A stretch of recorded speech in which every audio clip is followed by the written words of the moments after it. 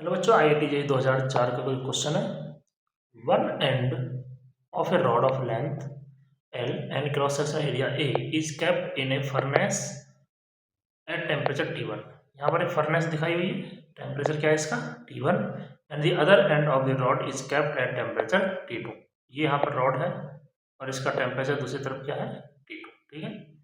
The thermal conductivity of material of rod is K, emissivity of rod is E।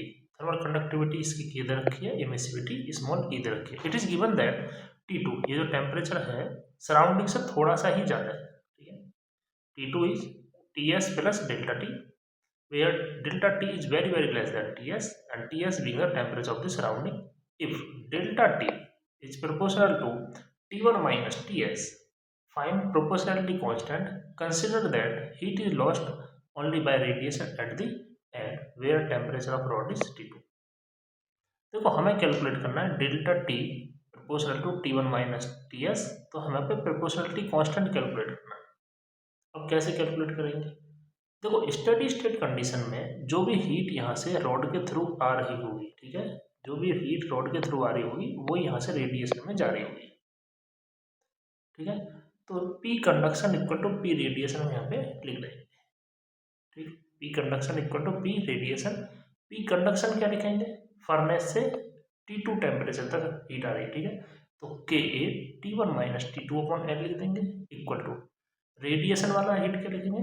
तो EA sigma T2 power 4 minus TS power 4, क्योंकि यहाँ पे surrounding temperature क्या है TS। अब यहाँ पर हमें T2 की वैल्यू पुट करनी है, क्या? TS plus delta. क्वेश्चन में दिया हुआ है कि T2 जो है वो थोड़ा सा ही ज़्यादा है, तो यहाँ पे हम वैल्यू पुट करते हैं। तो Ka T1, T2 की value TS plus delta T, और नीचे आ गया यहाँ पर L, और यहाँ पर T2 की वैल्यू, तो यहाँ पे लिखेंगे EA सिग्मा T2 की वैल्यू क्या है TS plus delta T power 4 minus TS power 4। Okay,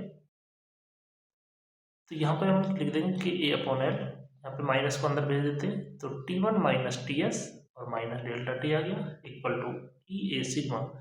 यहाँ पर हम TS पावर 4 को बाहर निकाल लेते हैं। जैसे बाहर निकालेंगे तो 1 plus delta T upon TS power 4 minus 1। Okay, ये कैलकुलेशन समझ में आ गई होगी। अब हमें क्या करना है नेक्स्ट लाइन में, Ka upon L T1 minus TS और minus delta T। T1 minus TS एक साथ लिखना है और माइनस डेल्टा T, यहाँ पर क्या लिख देंगे EA सिग्मा TS पावर 4। देखो यहाँ पे बाइनोमियल यूज करेंगे, डेल्टा T बहुत छोटा है तो ये पावर 4 आगे आ जाएगी इसमें, तो 1 plus 4 delta T upon TS minus 1, 1 से 1 कैंसिल हो गया। ओके, तो आगे क्या लिखेंगे Ka upon L T1 minus TS, इसको हम दो पार्ट में तोड़ देते हैं, minus Ka upon L into delta T। Okay, equal to 4EA sigma TS power 3। देखो इससे हम एक बार इसको कैंसिल कर देंगे तो TS पावर 3 आ गया और डेल्टा T।